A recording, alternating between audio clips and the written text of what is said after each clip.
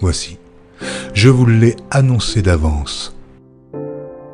Une nation s'élèvera contre une nation, et un royaume contre un royaume.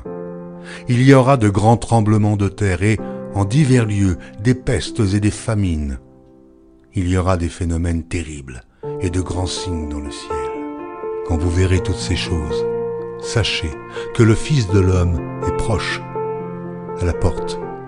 Je vous le dis en vérité, cette génération ne passera point que tout cela n'arrive.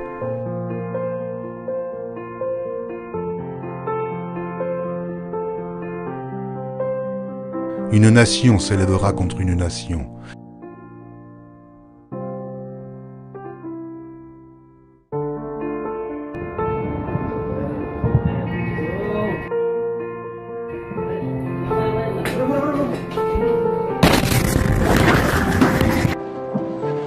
Et un royaume contre un royaume.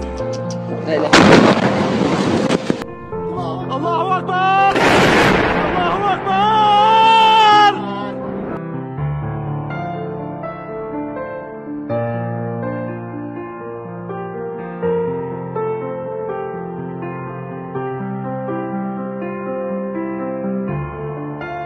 Il y aura de grands tremblements de terre.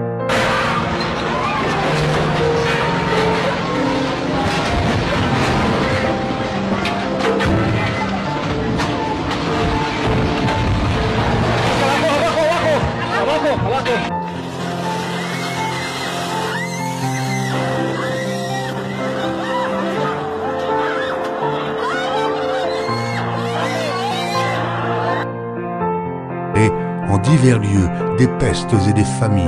La famine s'installe. D'après l'UNICEF, d'ici quelques semaines, elle pourrait affecter 4,5 millions de Somaliens, presque la moitié de la population. Depuis le début de l'année, 13 000 cas de choléra et de diarrhée ont été recensés. Les centres pour enfants mal nourris ne désemplissent pas. Les mères s'interrogent sur l'avenir. Il y aura des phénomènes terribles et de grands signes dans le ciel.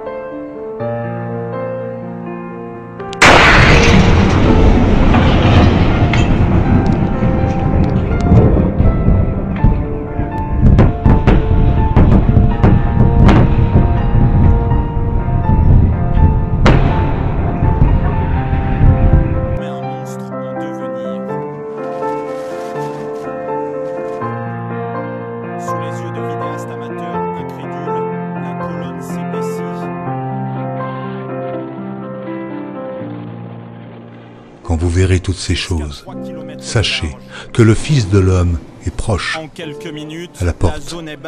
Je vous le dis en vérité, cette génération ne passera point que tout cela n'arrive.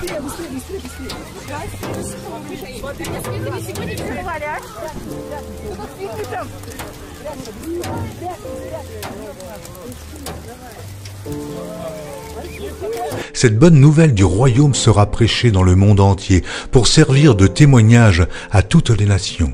Alors viendra la fin. Meurs avec Christ, ressuscite avec Christ. Voilà, viens Saint-Esprit, Saint-Esprit viens et délivre-la. Meurs avec Christ.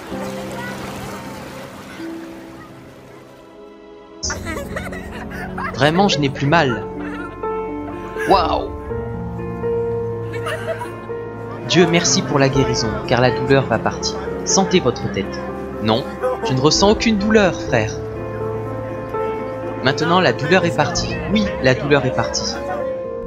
Jésus est le même hier, aujourd'hui et à jamais. Cool. Nous sommes nés, arrivés sur terre avec un but, celui de chercher et de trouver Dieu. Le problème, c'est qu'on ne le cherche pas, et de ce fait, on ne le trouve pas. Avez-vous entendu parler de Jésus? Nous vivons 2015 ans après Jésus-Christ. Dieu est réel et il nous appelle à être ses disciples, pour témoigner et montrer au monde qu'il est vivant. Le 5 avril 1995, je me suis repenti, j'ai reconnu que j'étais pécheur et j'ai donné ma vie à Jésus. Une lumière est entrée dans mon corps, je suis tombé et j'ai rencontré Dieu. Quand vous devenez chrétien né de nouveau, l'Esprit de Dieu vient et vit en vous, et vous ferez les œuvres que Jésus a faites. La Bible nous dit de pratiquer la parole, et pas seulement l'écouter. Acte 22, 16. Et maintenant, que tardes-tu? Lève-toi, sois baptisé et lavé de tes péchés. Et si vous confessez votre péché et l'exposez à la lumière, vous expérimentez le pardon. Mais si vous le gardez dans votre cœur, chaque fois que vous ferez un pas vers la lumière, Satan va vous dire « Mais souviens-toi, souviens-toi ». Oui, il fait cela. Et Dieu veut que nous pensions à nouveau, à nos vies et comment nous avons vécu. Si nous devons repenser à Dieu et comment nos péchés l'affectent, alors Dieu aussi doit repenser à ce qu'il pense d'eux. Voici, je vous l'ai annoncé d'avance.